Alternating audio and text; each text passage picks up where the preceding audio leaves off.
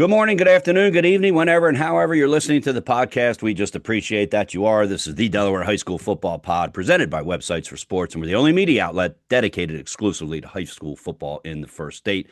Pod is available wherever you listen to your podcast, also on YouTube for those of you who prefer to like to see what you're hearing. You can follow us on X. Just Google Delaware High School Football Pod, and our follow comes right up where you can see us. And so on today's show, we got the big story. We've actually got three big stories. At least I'm going to call them three different big stories. One has to do with actually football playing on the field. Yep. The other has to do with football not being played on the field. And the other one really doesn't have to do with football. So more on that in a minute. But and then, of course, we have our rapid rundown, helmet stickers, player of the week, and our trivia contest as well. But let's start. We're talking about our title sponsor of the Delaware High School Football Pod, and that's Websites for Sports. The website's the number 4sports.com, created and managed by Brian Rutter.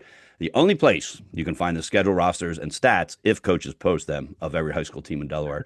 I've used the site consistently for years as my boys have played high school sports.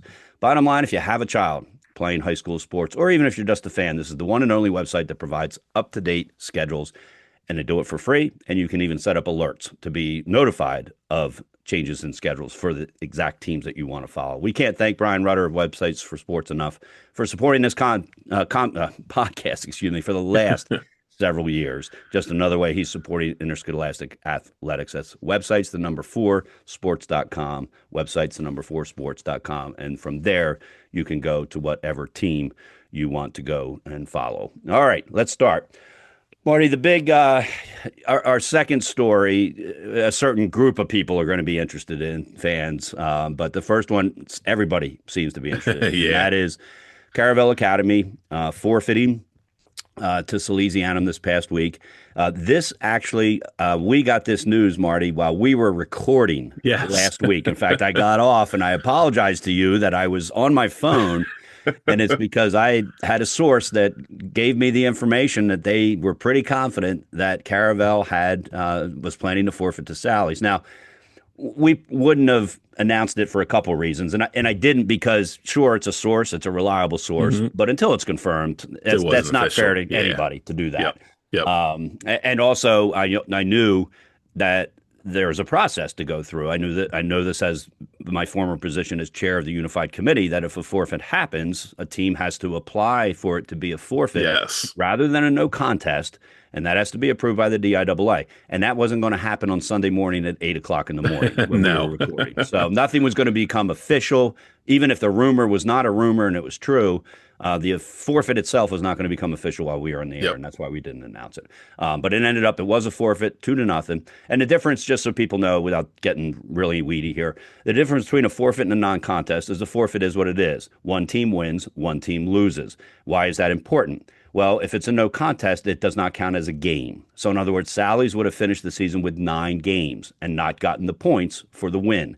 And the other teams that were needing Sally's to get this win or needing Caravel to get in that percentage where you get bonus points would not have gotten them. So it is a big difference whether it's a 2-0 win or a no contest. And there have been no contests. In fact, it'll be interesting, Marty, and again, don't want to get weedy. Dickinson still hasn't made up that game that got canceled because the lights went out, remember? Or there was a power failure.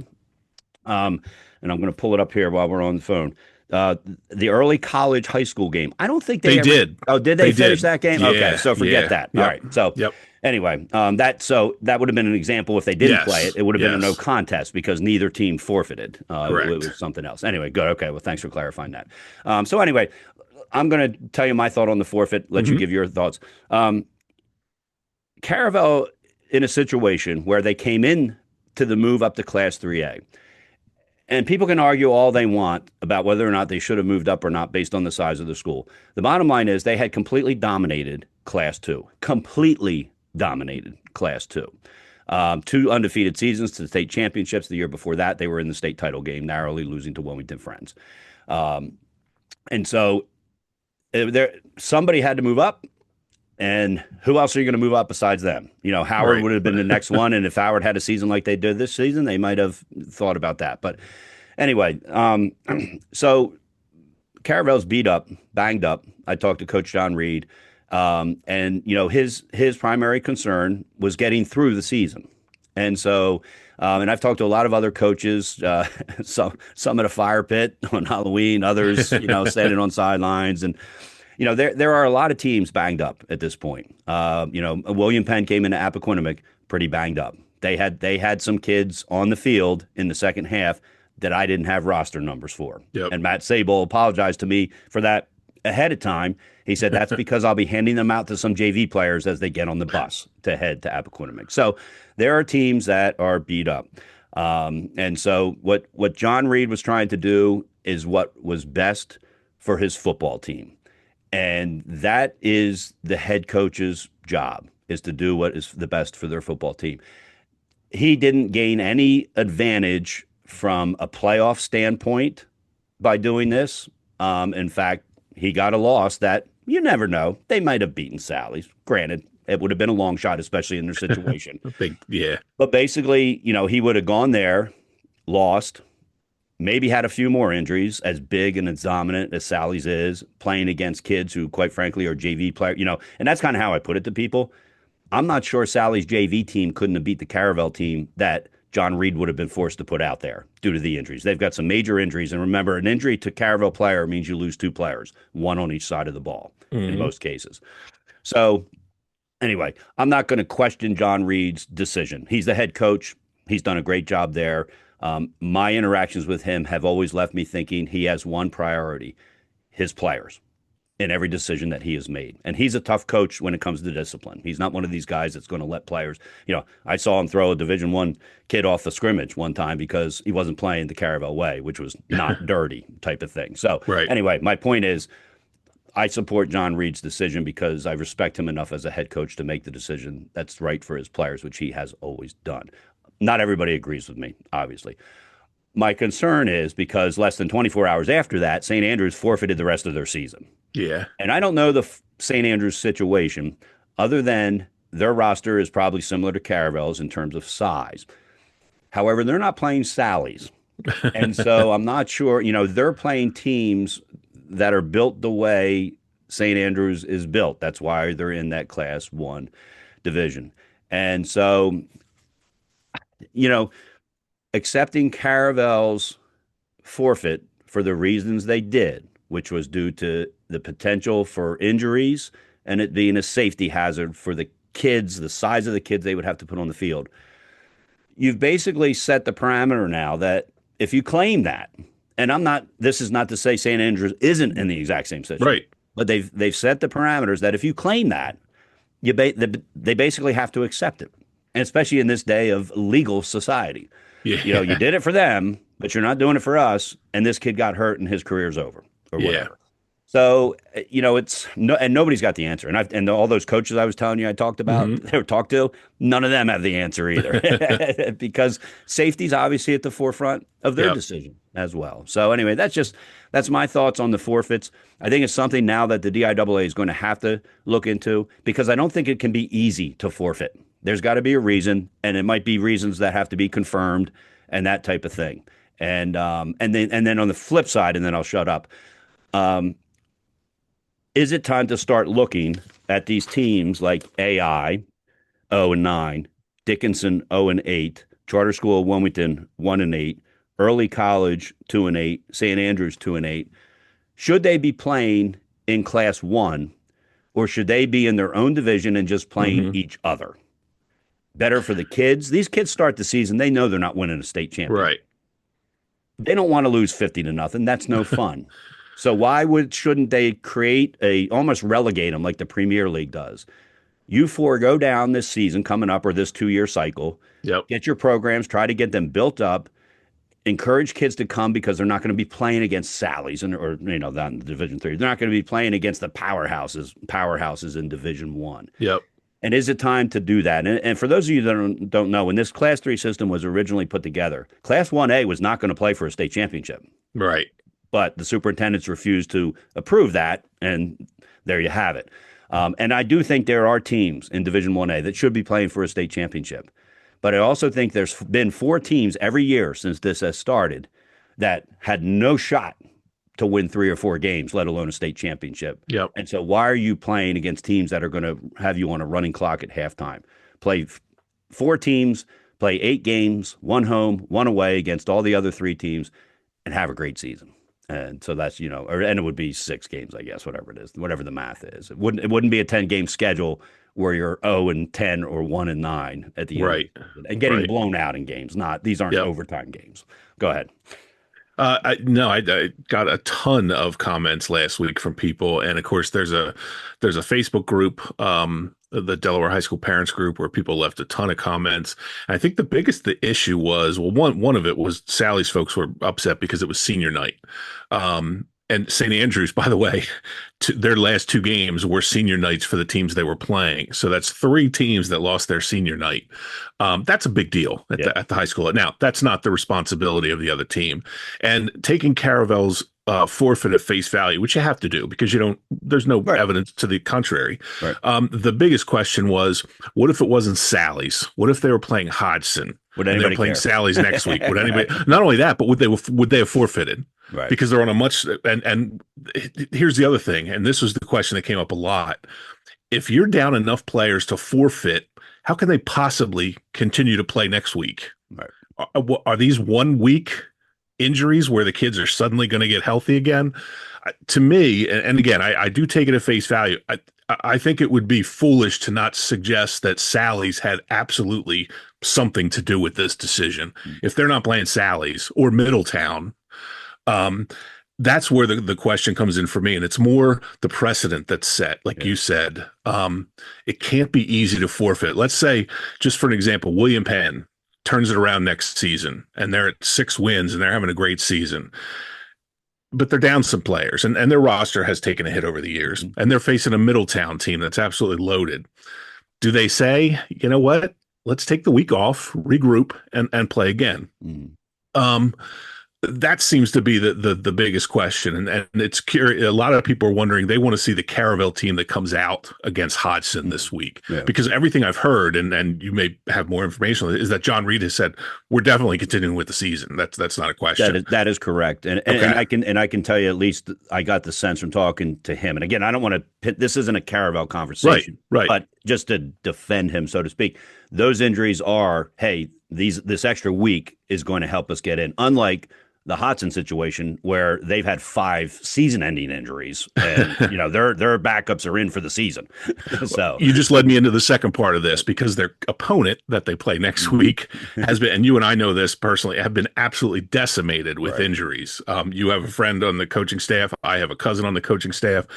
So we've heard these stories, and again, and not saying that Caravel that they didn't have these injuries, but the bigger point is there has to be something. Again, it can't be. And I saw a lot of people say, well, they should be disqualified from the playoffs. I definitely don't agree with that. It's a 1-game situation. And to me, the biggest mess that created here was Sally's senior night.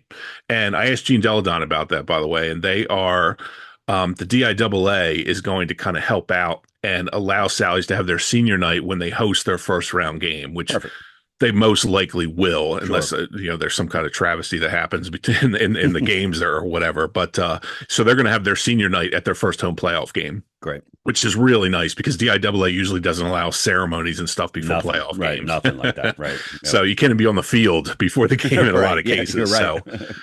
So it's interesting. It's something. And I know I was talking to Sean Green about this early in the week too. It's happened before, but it has never happened with a top level team. Right. And that's the big question as to, a lot of people, and I was one of them, said, does Caravel use this to try to apply for an early removal out of 3A next year to try to get to 2A, because their roster size, and it's interesting, they have 24 players listed on the varsity roster. A couple of weeks ago, Kevin Tressolini said they had 38 players on the field, which was, obviously a ton of JV players. Yeah. So there's a question of, I get what everyone is saying, and they have enough players to play the game, but what you don't want, especially against a team like Sally's, do you really want to put a 160-pound lineman out there against a 300-pound kid from Sally's that could seriously, in just the normal course of the game, do some serious injury Yeah. damage to another kid. Yep. So I totally get it. And, we're seeing the move up from divisions. We see Polytech and Indian River are a perfect example. Both teams were in the championship in 1A last year. They both move up to 2A. Polytech is getting blown off the field because they lost 22 seniors or something like that. Indian River was loaded with seniors. They can do it. So it's, Caravel is not always going to be this loaded team that went to 3 straight championships in a row at 2A. So if their school, and they are by far the smallest school ever to play at the top level in Delaware. It's just an interesting situation. I love the Caravel story this year because they got off to a hot start. They clearly are capable of playing at the 3A level. They've beaten some good teams. Losing to Middletown and Sally's is not you're not a good team. I mean, they're better than just about everyone else. Yeah. They took Appoquinimink to overtime. And in fact, we may actually get a rematch of that depending upon how the standings work out, as they're both kind of in that 4 or 5 range. But it's just been an interesting week listening to the conversations about it. And again, my biggest thing was, as you said, how do you handle a forfeit if you're the DIAA, or what do you do, or can you do anything? And I disagree, as I said, with removing anyone from the playoffs for 1 game. I just don't think it doesn't make any sense. No. Plus, you're ending up putting a team that doesn't deserve to be in the playoffs in there, and they're going to get killed. And so it's fascinating. I'm curious to see how this Hodgson Caravel game plays out, more for the fact that it's 2 teams that are limping to the finish line here. And Caravel's probably in the playoffs no matter what, and Hodgson is not in the playoffs no matter what. And so it's 2 teams with 2 different goals. In that game, obviously, both the goal is to win. Caravel's jockeying for playoff seeding. Hodgson is not. And But one of my arguments for Caravel doing this in that situation too was the fact that they are a playoff team. They don't have 1 game left. They have potentially multiple games left, 2, 3 games left. You never know what's going to happen in that first round. So I totally understand John Reed saying, look, we can't do this. We're not going to be able. He may have preserved them being in the playoffs or their ability to fill the team by doing this. And with that, I have no problem. That's basically what he told me. He said, I'm concerned about my program, that we're not, we don't want to have to forfeit a playoff game because we can only field 20 players. And, that's what, like I said, it goes back to, he's always concerned about his team and his program. And that's the situation. And that's why I think you can't question it on face value, but it is, I do think Sally's has to figure into the fact, because they are Sally's. They're the monolith of Delaware High School football. They've got 200 kids in the program. They can pick and choose from any of the JV, the freshmen, and you do feel for them losing the senior night. Like I said, Dia is going to help them out. St. Andrews, the other the teams that they were playing, I can't remember who they finished the season with, but those teams may not have that same opportunity. So you do miss that, but that's got to be secondary to obviously safety on the field. So it's just been an interesting week listening to people's opinions. It's everybody's got one. Well, and you're right, because today, or this weekend, was Newark Charter senior night at home. That's right. And they're at First State Military Academy in week 10. Probably will be on the road. Not sure about the playoff. They're not going to be guaranteed a home game, so they're going to have to be that 4th seed to get that home game, and none of that, all that still has to be washed out. So, but anyway, the last thing I'll say is, as we both alluded to, this has happened before. Happened to AI DuPont. It happened to Dickinson. The difference is nobody cared because they were either Division II with no wins, maybe 1 win, or they were, this is the first time it's happened. Actually, I think it's the first. Have we had anybody forfeit since the new class system until now? Not since the new class system, not that I believe. So anyway, I think what it does is it kind of opens your eyes. Because again, if all that had happened is that St. Andrews had forfeited their last 2 games, other than the senior night aspect of it, nobody would have cared. There would not have been one post on social media about this. But because it's a team in Class 3, it's a legitimate team, blah, blah, blah, all of a sudden people care. And the bottom line is, and I think this is how everybody needs to approach it and why it needs to be looked at, is that it shouldn't matter whether it's an 0-8 St. Andrews team that just doesn't have the roster, period.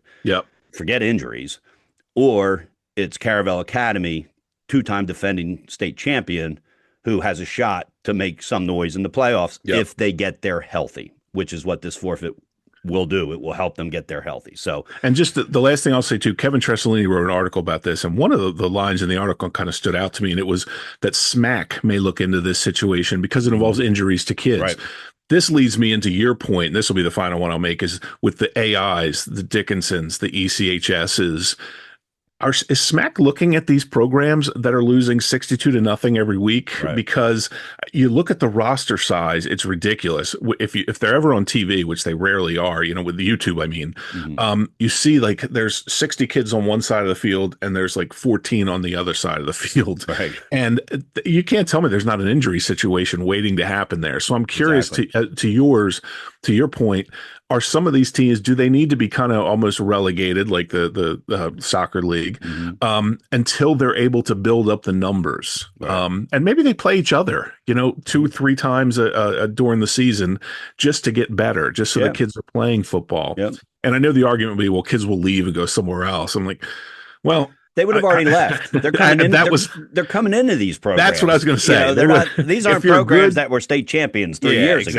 Exactly. So that would be. I would like to see that looked at, because I do think when you see the scores every week, you're like, oh my gosh, I feel bad reporting those scores sometimes. It's like, so do the coaches. So do the coaches. I've heard. That's why they don't put them on website for sports. Yep.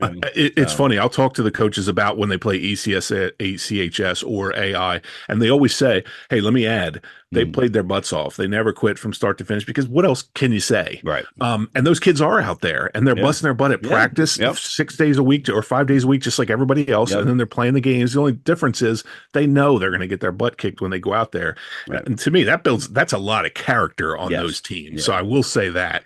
But yeah, it's been an interesting week listening to different perspectives on how this is going to affect things. Yeah. All right. I've got more to say, but I'm not going to say it. Just we need to move on. Let's go to our other big story.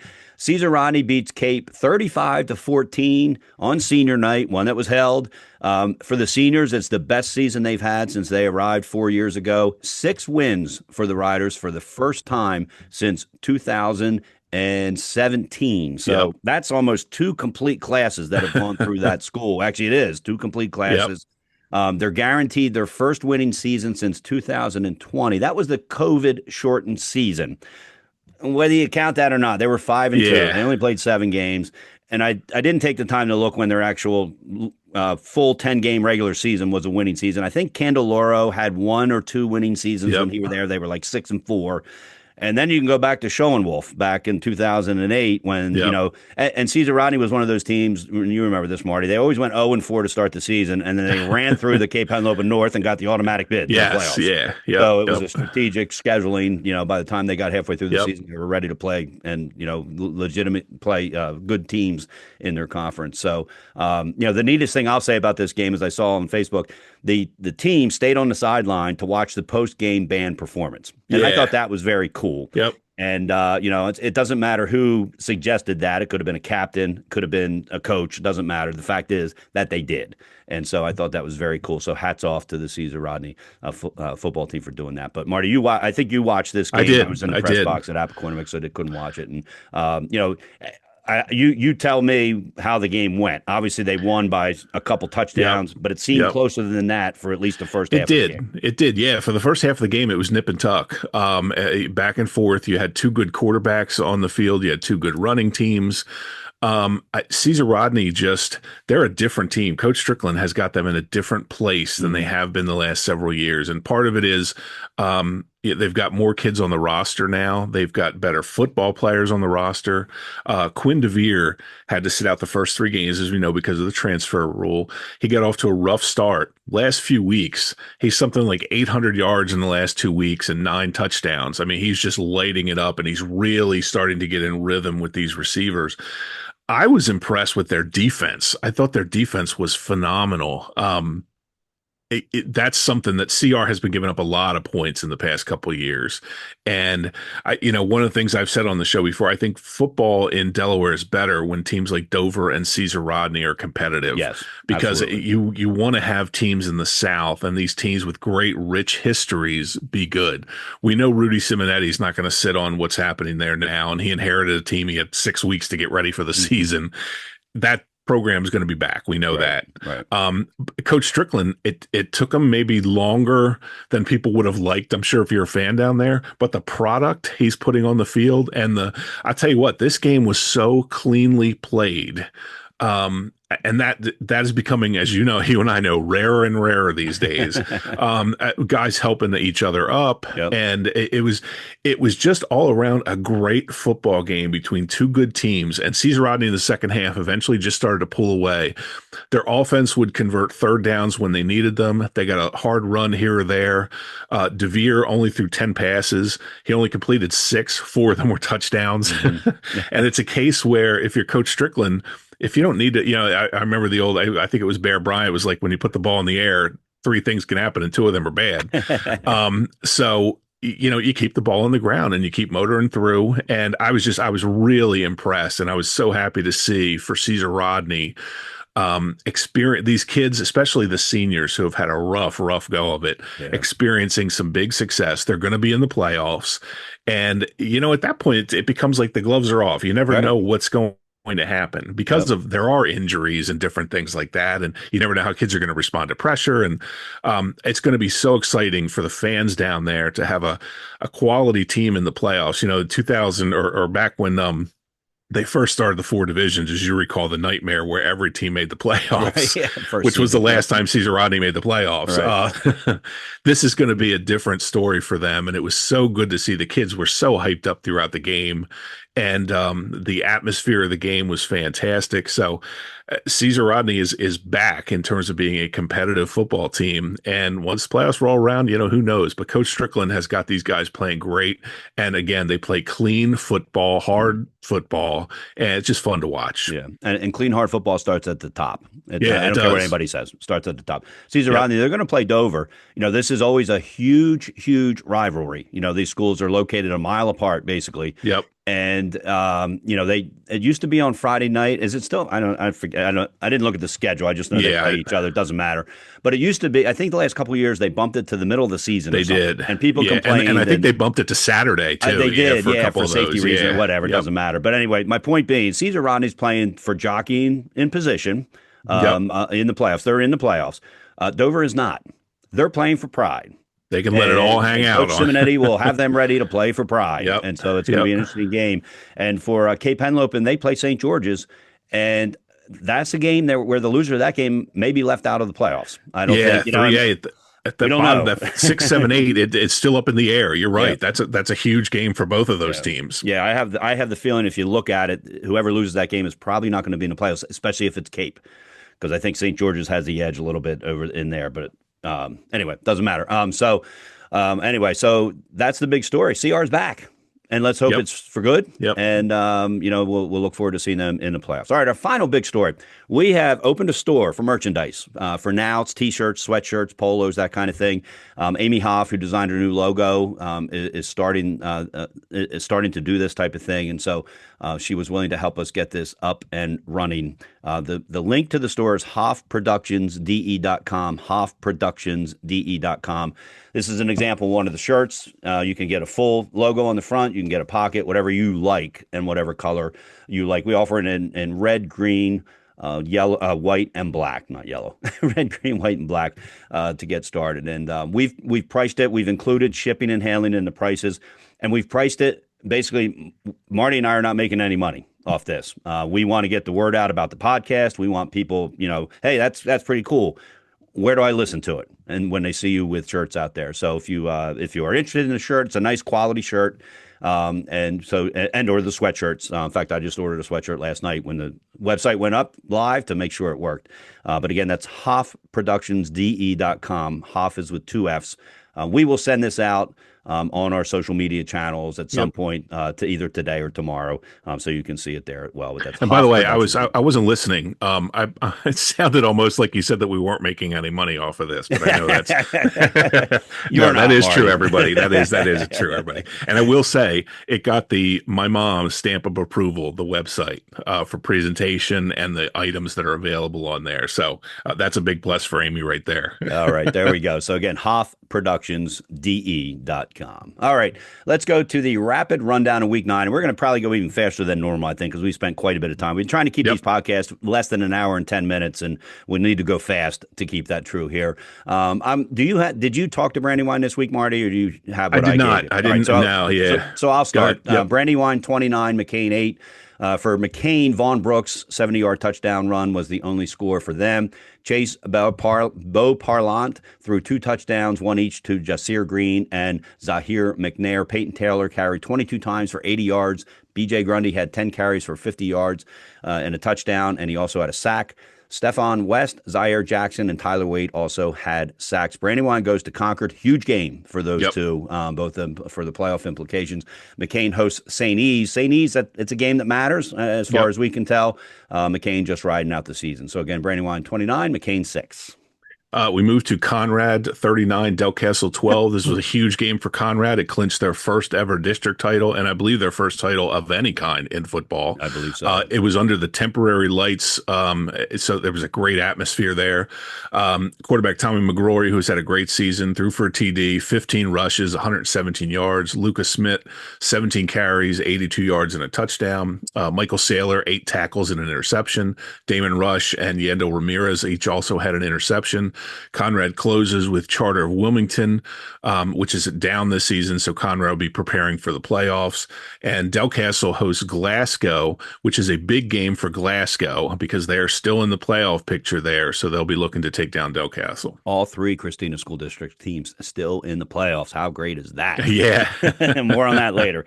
All right, on the Indian River, they continued their romp through their new class in Class 2, 33-7 over Delmar, a Delmar team that has struggled all season. Storm Hoffman had the 10-yard rushing touchdown, the only score for the Wildcats. For Indian River, Devon Handy had 16 carries for 122 yards. Darnell Stokes, 2 touchdowns, 1 rushing and 1 receiving. Quarterback Dylan Grice was 6 for 11 for 91 yards, 2 touchdowns, 1 rushing touchdown. Michael Parenteau had 3 catches for 45 yards and a touchdown. Just that offense, Marty, they're just all around good. They've got weapons in every phase of the game. Landon Irby on defense, 10 tackles. Reed Donnelly, 9 tackles, 1 forced fumble. Brendan Luce, 8 tackles and 2 assists. They're going to go to Lake Forest. Winner wins District 3. It gets guaranteed a home field advantage. Without looking at the chart, Marty, I would think the loser of that game is going to be the 4 seed and host a game. But again, none of that is for sure. Yep, that's what it looks like. And by the way, Benny Mitchell and Jim Tack for 302 Sports will have that game because that's a huge, huge game this week. The next game is Concord 35, Dickinson nothing. Concord Sean Floyd had 2 touchdown runs, a touchdown reception. Declan McNulty had 2 touchdown passes. Victor Davis had a TD run. Concord continues a really strong season, and as you said, their game against Brandywine is huge. They're still Concord, Brandywine, and St. Elizabeth's are still in play for that district title. If Brandywine slips up here, we're going to go to a sort of tiebreaker situation, but Brandywine can wrap this up with a win if they can take down Concord. If certain things happen this week, next week, Marty, this might be a situation where Sunday morning, when they pick the field, we get 2 follow-up emails. Yeah, that's right. Yeah, like the basketball tournament. Like, right. wait, we got to change this. All right, if you're looking to buy or sell your house, Mary Kate Johnston with Remax Associates will help you do it as if it was her own. More than 20 years experience. She's helped myself and many of our friends, whether it's a first-time home, an upsize, downsize for yourself, an aging parent, or one of your kids. Reach out to Mary Kate Johnston with Remax Associates. Her website is marykatej.remax.com. That's marykatej.remax.com. All right. Next up, Brandywine. Oh, did we already do that? Yeah. You know what, Marty? I tried to get rid of that header column. It's funny. And I can't get rid of it. Anyway. All right, the game I was at, Appoquinimink 41, William Penn 14. Colonials, they've got the injury bug, as you heard us talk about. Muaz Brooks had a touchdown catch from Cameron Gardner, who did a nice job managing the game. Jameer Ross had the other touchdown on an 80-yard run. I was impressed, Marty, with this running back, Azai Thompson, only a sophomore, number 42. He came in, and he looks like a fullback, and he picked up some yardage. And I want to say I can say William Penn hung with Appoquinimink in the second half. I gave Matt Sable, in fact, I sent him a text message. You should be proud of your kid. And I don't need to tell him that. Yeah. They played with their hearts in that second half, and so they did a very nice job there. It was a blowout, 41-14. Yep. But when you're watching this game, they looked just, if you had pulled in at halftime in the parking lot and the scoreboard wasn't working, you would have assumed it was a close game. Yes. Now, again, Appoquinimink probably had a lot of subs in, blah, blah, blah. But anyway, for Appo, they look great at times and not so great. And I think Coach Stimson would agree with me. Trey Carter had a pick six on the very first defensive series. Andwar Martin then returned a block punt right after that. So all of a sudden, boom, it's 14-0 and they're out. Yep. Don Monabell had a 5-yard touchdown reception. Francis Drummond had a touchdown catch. Chase Snead Brooks had a pick six. And Desai Drummond, he was under pressure a lot, which he has been. He has been this year, yeah. Leighton Von Brandt only played in the first quarter. That was a coach's decision, from what I understand. And so, you take a future Division I, big-time offensive lineman out of the game, that's going to make a difference. And so, Desai Drummond was under pressure. He handled himself well. And Jasir Rogers did not play as well, and we're not sure why. But anyway, so you're missing your best offensive lineman and arguably your best wide receiver, two guys who are going big time as of right now. And so, that is what it was. But Appoquinimink got the win. They head to Middletown. I believe Appo's going to be the 4-seed, win or lose, and would Appo actually still has a chance at the district if Sally's if Sally's loses and Appo wins. Appo wins the district, right. But it's one of those. That happened a few years ago. It remember? It did. Appo, they jumped from like the 6 seed to the 2 seed overnight because of a big win. So you never know. You never know. So anyway, it's in the Appo Middletown game's always a big game. Yep. We just hope they get through it without any issues. Two district rivals. This was not a district rivalry when Appo first opened up, because they were class, at the time Division II or whatever. But it has become a heated rivalry, and I think they've split the last 2 seasons. Middletown won and Appo won. So the senior class has experience of both schools have experienced winning and losing this rivalry game. And real quick, if you want a great breakdown of all this stuff, Sean Green tracks these points throughout the season, and he had said last night he's going to have a story out this morning with the latest updated stuff. So check out Sean Green on Twitter or the hashtag DELHS to find out the point system and some of the permutations of what could happen this weekend. Our next game, DMA. This was a phenomenal game to watch. DMA 39, Milford 38. This was a crazy game. If you had told me that Milford was going to score 38 points, I would have said you're crazy, because it equals about the number of points they scored in the last 5 weeks. They were on fire. And, the kid, Andrew Civils, I love, man, this kid runs with bad intentions. 20 carries, 117 yards, 2 touchdowns. He wasn't even their biggest runner. Gregory Lockett, 18 carries, 204 yards and 2 touchdowns. Rahir Rankin recovered a fumble for a TD late in the game to pull them within a point. They host Polytech, which is last game for both those teams. So one of those teams is going to go out happy to end the season. DMA, Isaiah Muhammad, huge game. Ran for 2 scores, threw TT passes to Chris Keller and Isaiah Rice. He also had 13 rushes, 73 yards, 2 touchdowns. He was 9 of 12 for 155 yards. And of course, the touchdown passes. Chris Keller, this kind of get everybody out of their seats, return the opening kickoff of the second half for TD. So this game was rocking and rolling from start to finish. Michael Cabetta had a long TD run. DMA plays at Odessa. This could be interesting because there's still some things to work out here, but Odessa put themselves kind of on the cut line with their loss to St. Mark's this past week. Now, both these teams are probably in, but this should be a fantastic game because I don't think either team knows for sure what their situation is. All right. If you unleash your potential with a Win Day Planner, your key to building winning habits for a lifetime, that's what Dan Rigby has published. He's got nearly 2 decades of experience teaching and coaching students of all ages and abilities. It's the ultimate tool for students, athletes, and coaches to track progress, set goals, and achieve greatness. They've done so well selling this program, for lack of a better term, to athletes at every level all over the country.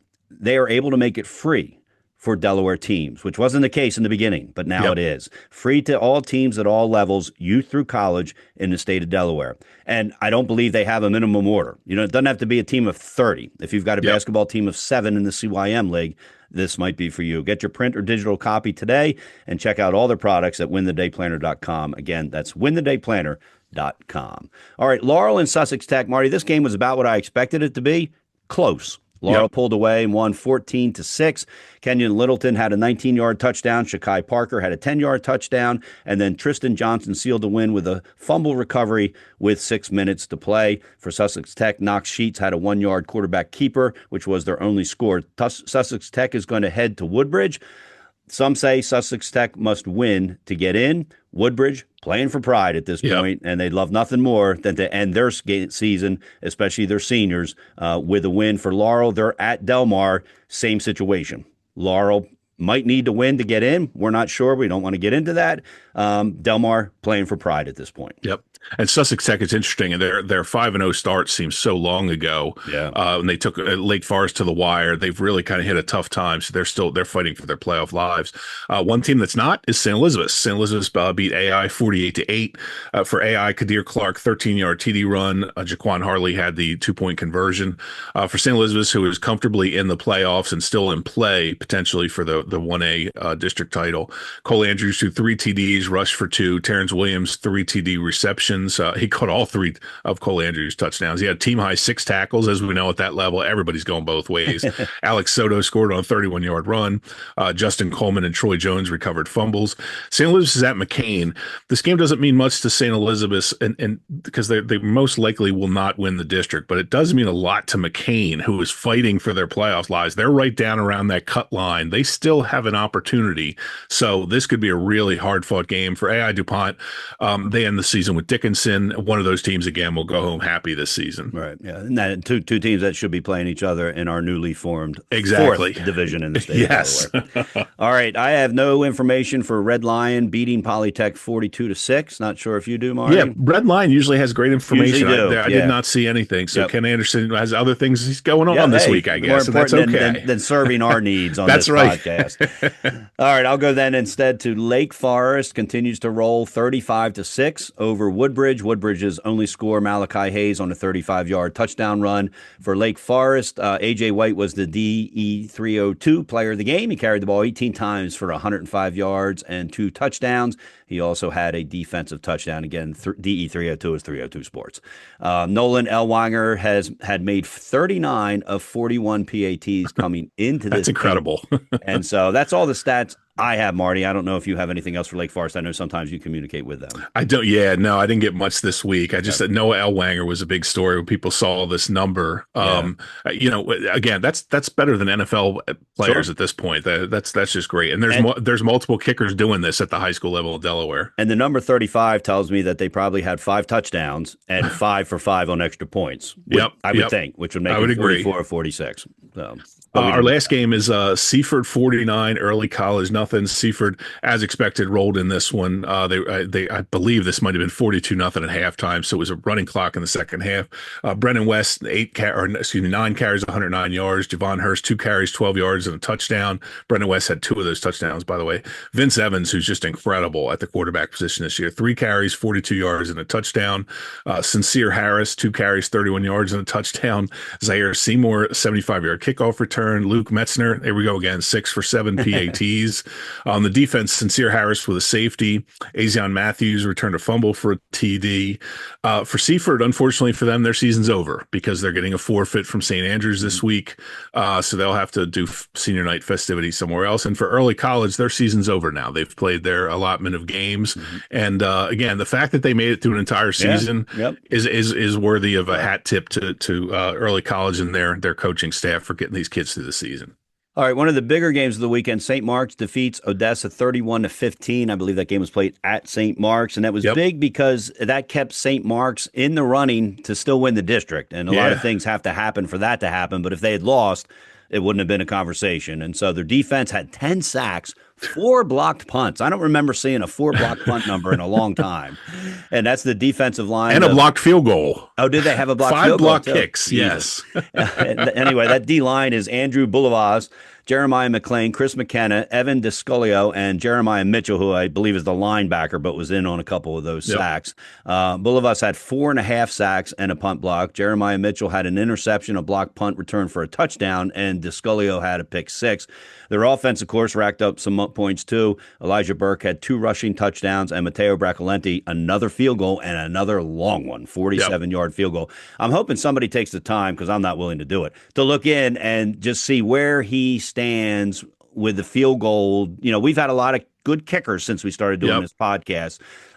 But I don't remember having a kicker who seems to kick at least 1 field goal in every single game, often 2, and usually one of them is a Yep. big time field goal like this one. He's had 8 of 9 games with a field goal. I did look this week. He has 1 game where he didn't have a field goal. They scored touchdowns every time, which, it's just the way it goes sometimes.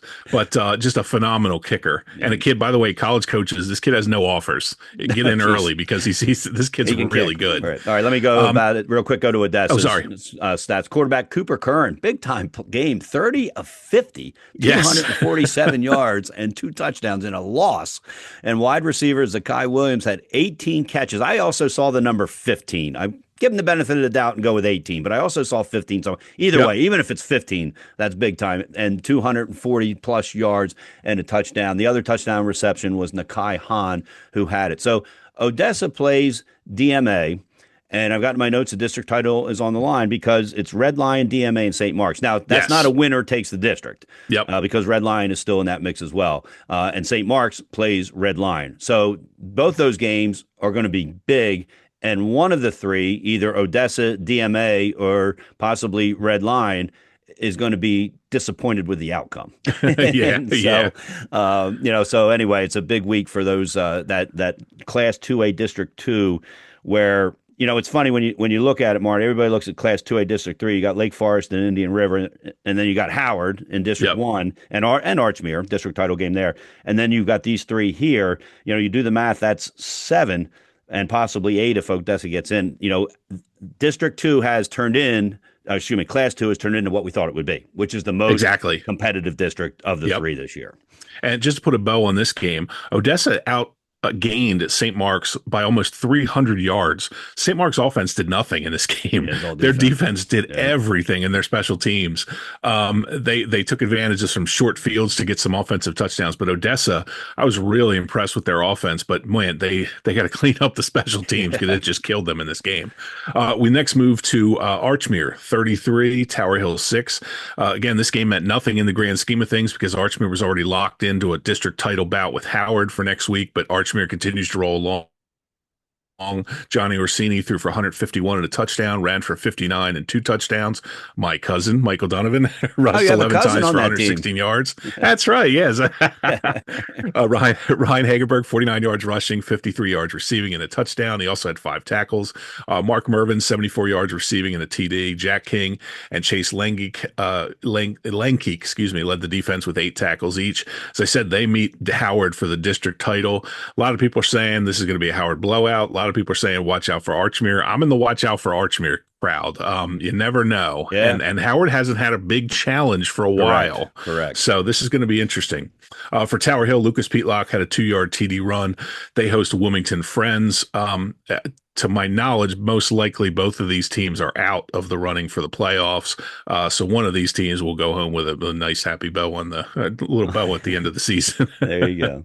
All right. You might know Andre Smith of Andre L Photography from the sidelines, capturing Friday Night Lights and the biggest game moments. But what he and his wife love most is creating portraits that go beyond the field. Their award-winning sessions are designed to capture people in their true authenticity, not just athletes. For seniors, meaning seniors in high school, that means telling the story of this milestone year. For women and businesses, another part of their photography that they've gotten into. It's about a transformative experience that celebrates and elevates you. Whether it's senior portraits, personal branding, or the photo shoot you've always dreamed of, they're holding the space for you. Get started with your session at AndreLphotography.com. That's AndreELphotography.com. And he's done some work with my kids and my kids' teams, and I'd be happy to talk to you about that offline as well. All right, Christiana 42, Charter of Wilmington 20. I mentioned all 3 of the Christina school districts are still in the mix for a playoff. I'd have to do some research, Marty. Not sure when the last time all 3 of them were in the playoffs. For Christiana, Kristen Pendleton and Noah Johnson each scored 2 times rushing, and Achilles Van Allen also had a rushing touchdown. Aiden Luongo made his first start at quarterback and hooked up with Tyre Vicks for a touchdown. I got a text message from the coach Didn't talk to him about why he was starting at quarterback, assuming injury probably or something like that. Couldn't get any information on Charter School of Wilmington, one of the schools that doesn't post on websites for sports. Yep. They're going to host Conrad, last game of the season for Charter School of Wilmington. Conrad has clinched, and so they're jockeying for position 1, 2, or 3 seed. They will have a home game as well. And for Christiana, they host Newark, and that's a huge game. Basically, again, without knowing for sure, I think the loser is out of the playoffs. It's pretty much, winning maybe in, out, definitely out. Yes, yep. So anyway, Christiana trying to make it playoffs for the second year in a row after not making them since their state championship back in, I think it was 1997 or something like that.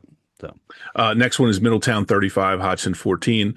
As usual, and that's not a knock on them. They just don't post things. Middletown, we don't have any information for. Hodgson, K1 Saber, and Josh Donkey scored TDs. Nybree Davis had 2 sacks and 2 forced fumbles. Charles Drummond, Braden Collins led the team in tackles. Hodgson, again, at Caravel, very interesting game, both for seeing how Caravel looks and that Hodgson, they want to end their season on a high note. They'd love to take out Caravel in this game. For Middletown, they host Appoquinimink. Again, there's huge implications there. If Middletown wins, they're the district champion. If Appo wins, depending upon what Sally's does, that could be very interesting. Yep, it'll be an interesting game for sure. All right, Glasgow 29, Newark 20, the other Christina School District game. Glasgow comes away with the win. Remember, this is a Glasgow team that opened up, I think it was with 4 2A opponents, and so they were ready to play these district games, and that's what Coach Ricky Brown had told me. And so Tristan Rudo had 2 passing touchdowns, 1 rushing touchdown, and an interception. Jamar Smith had a receiving touchdown, 11 carries, 113 yards. Trayvon Sharper, a receiving touchdown, 6 carries, 63 yards. Cam Sweeney, 14 tackles and a forced fumble. So lots of people contributing to the cause right there. For Newark, William Teal was in on 3 touchdowns. 1 was on the ground and 2 were through the air to Keon Black and Samir Coleman. And they're going to play at Christiana, as we just talked about. Glasgow is at Delcastle. Need to make sure to take care of business. That's a well-coached Delcastle team that would love nothing more than to finish with a win. Boy, a couple weeks ago, it looked like Newark was a lock for the playoffs, but that 7-0, 2 losses to Newark Charter and Conrad really hurt them. Next, we move to a team that wasn't hurt, Howard, 56-0 over Tatnall. Again, we say Howard does what good teams do. They beat teams that they're supposed to, and they beat them down early and kind of coast the rest of the way. I love your note here. Howard has now won on Thursday, Friday, and Saturday this week, which is interesting. We know Dan Ritter loves those Thursday games. Amir Madri and Isaiah Maxwell each ran for 2 touchdowns, and Samir Perkins had 1. Jamison Bryant threw 30 for a touchdown pass to Amir Anderson and scored on a 42-yard run. Howard doesn't get any bigger than this. Hosts Archmere for the district title. Should be a great game. Mount Pleasant plays Tatnall. Both those teams most likely are just playing out the string at this point. And that Howard game, I know it's at Abyssinia. I assume it's on a Friday night. 7 o'clock Friday night. There you go. All right, another game, one of the more exciting games, Sussex Central 22, St. George's 21. Basically, Sussex Central had to win to stay in the playoff hunt. They still need some help. Josiah Cannon passed to Elijah Pusey for a touchdown with 1:33 to play, and that pulled the Golden Knights to within 1 point. And head coach John Wells decided to go for 2, and Will Harmon converted. Harmon then had an interception with 43 seconds left to seal the win. He also had 160 yards from scrimmage and a touchdown, 14 carries, 158 yards. So a big-time game for Harmon. For St. George's, Joel Buck scored twice on rushing touchdowns, and Aiden Jones had the final score on a 1-yard run. They got 20 carries for 124 yards from Jones and 11 carries for 94 yards from Buck. So a good ground game there for St. George's. St. George's isn't a lock to get in. They play at Cape. And, again, we're not going to try to tell you who's in and who's out because we don't know. But we know right now, today, both have a chance to be in. And we know today, whoever loses that game has a chance to be out. So probably the winner of that game is in. We can kind of tell you that with some confidence there. Tatnall hosts Mount Pleasant, last game for both 2 teams that have struggled this season. And this was a fun game, and at the very end, John Wells, I commend him because if he would have kicked the extra point, I would have pulled my hair out. Going for 2 was absolutely the right call there, and they ran a phenomenal 2-point play. He basically ran untouched into the end zone. One correction, I read one ahead of me that Tatnall had nothing to do with the game I just talked about. Sussex Central hosts Smyrna. Smyrna playing probably they're going to be the 2 seed in the tournament. They are the 2 seed. They're locked in. Chance to maybe get healthy, blah, blah, blah. But Sussex Central, a win gets them 1 step closer to being in. But again, we don't know all those points. Yep. So Actually heard from a Smyrna parent last night that said just that they may choose to rest some guys next week to be healthy for the start of the playoffs. Our next game, Wilmington Friends, 20, Tatnall nothing. Wilmington Friends gets back on the winning side of things. They went through a terrible streak in the middle of the season. Cooper Strauss has had a phenomenal year all year for them. 2 rushing TDs. Matt McKenzie had a third. Ronald Berry had 12 tackles. Cooper Strauss also had 10 tackles. Stone Davis had 7. Wilmington Friends ends the season at Tower Hill. Always a big rivalry game, whether anything's on the line or not. They always play well against each other. Very hard game to play.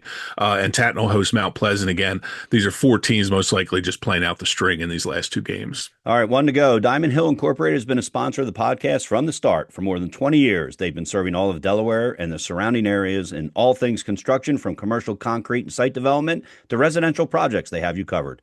Email info@diamondhillinc.com. That's info@diamondhillinc.com. All right, last game, Smyrna 46.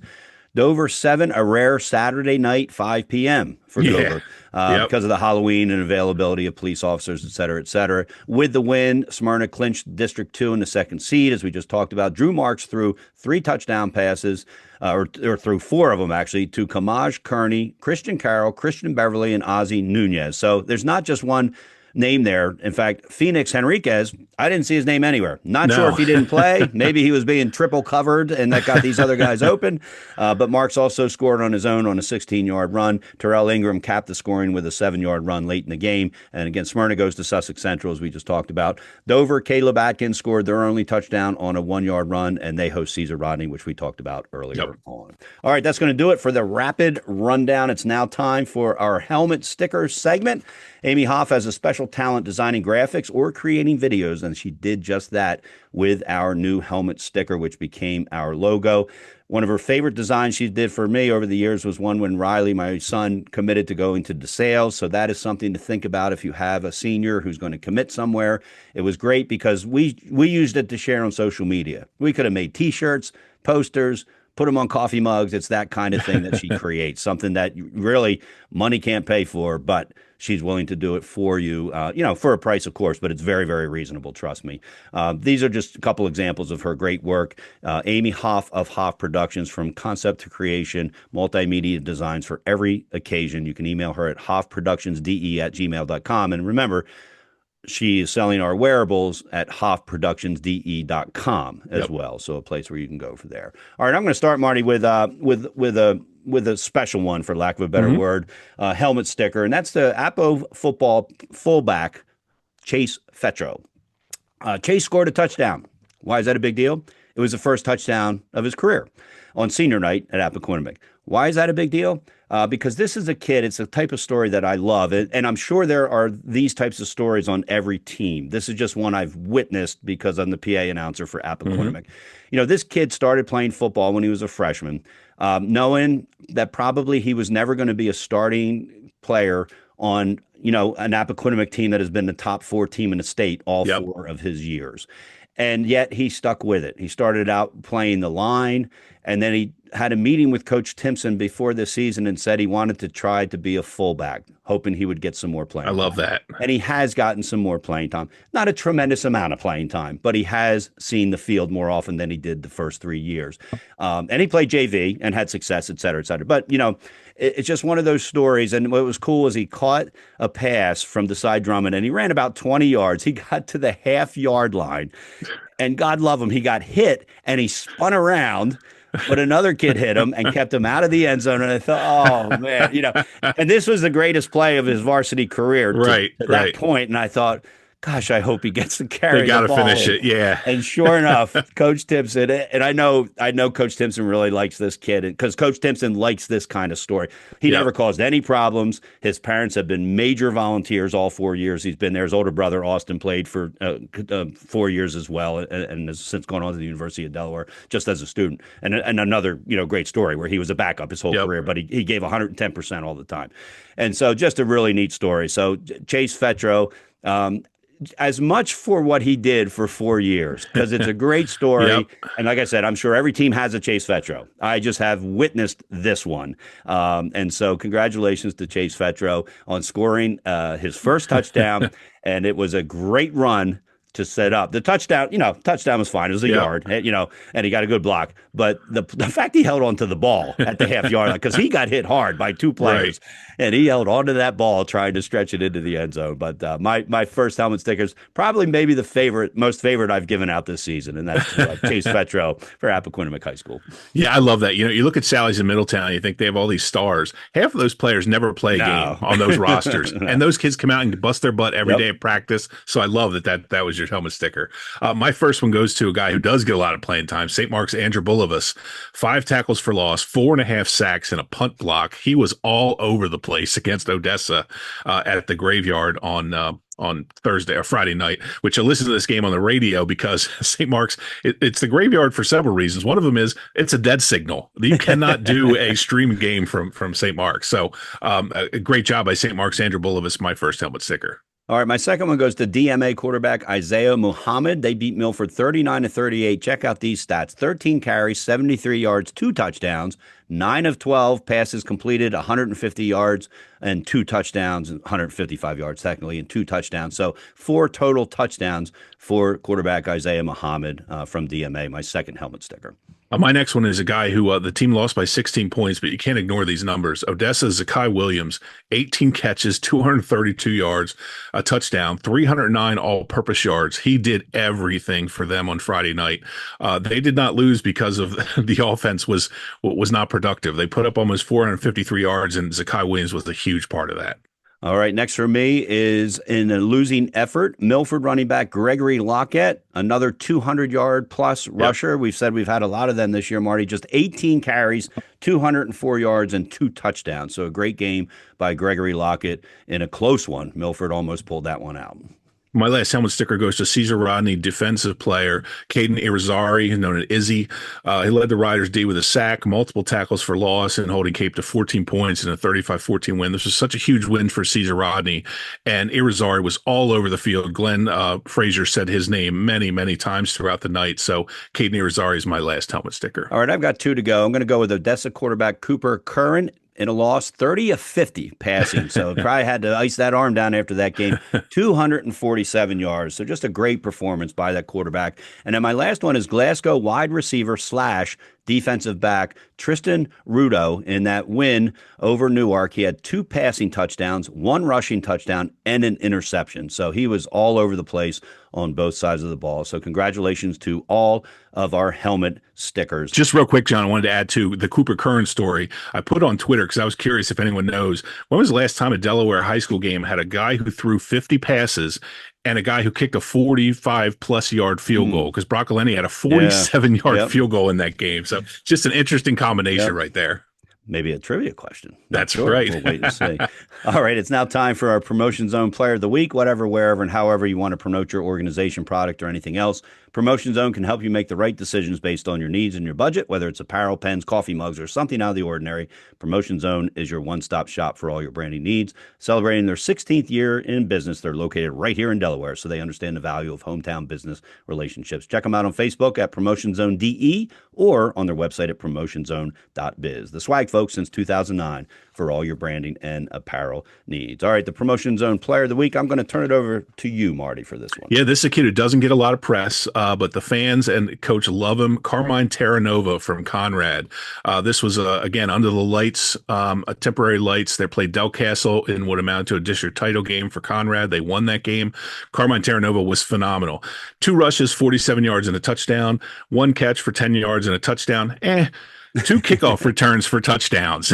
You're not seeing that a lot. No. This kid, 4 touchdowns on the night, and 2 of them were kickoff return touchdowns, and it came in basically the district title game for Conrad. So Carmine Terranova is our Promotion Zone Player of the Week. All right, now it is what happens with the Promotion Zone Player of the Week. And I should have mentioned helmet stickers as well. Promotion Zone Player of the Week, we will get your address and your size, and we will send you a T-shirt right to your house or the school, whatever it works out. For the helmet stickers, we send them to the head coaches, and then they will give them to the players who win the helmet stickers. Please don't put them on your helmet, because then you become illegally promoting our podcast, which we wish you could do, but you can't. So put them anywhere but on your helmet and your gear that you wear on game day. Your tablet, we made a massage device. You can put them on your tablets, your phones, et cetera, et cetera. All right, time for our games to watch. Now, there's two obvious games. So what Marty and I agreed we were going to do is tell you those obvious games and then each pick another game that we want to watch. Yep. The obvious games are both for districts titles, and that's Indian River and Lake. Winner wins the district. And the other one is Howard and Archmere. Winner wins the district. And what does that do is it guarantees you one of the top 3 seeds and a home spot. Now, inevitably, Marty and I think you agree with me, the loser in both those games is going to be either the 4th seed or the 5th seed. Yes. And yeah, so they're going to be they're going to be one of those losing teams, I should say, still going to have a shot at a home game in that 4th seed. But again, we're not going to get into that. So that anyway, those are the two obvious ones. The one I'm most interested in is the Newark at Christiana at 11 o'clock on Saturday morning. The loser is probably out. Yep. The winner is not guaranteed to be in, but is not officially out either until it may become official. But what I like more about this game, Marty, is it's a district rivalry game. And the Christina School District has not had district rivalry games with a lot of meaning in a long time.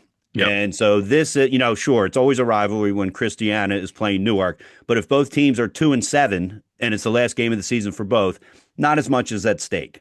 Yep. Something is at stake in this game, just as it was with Newark Glasgow last week. And so that would be the game. And I may even go over and see it. I don't know what I'm doing on Saturday. I haven't got that far yet.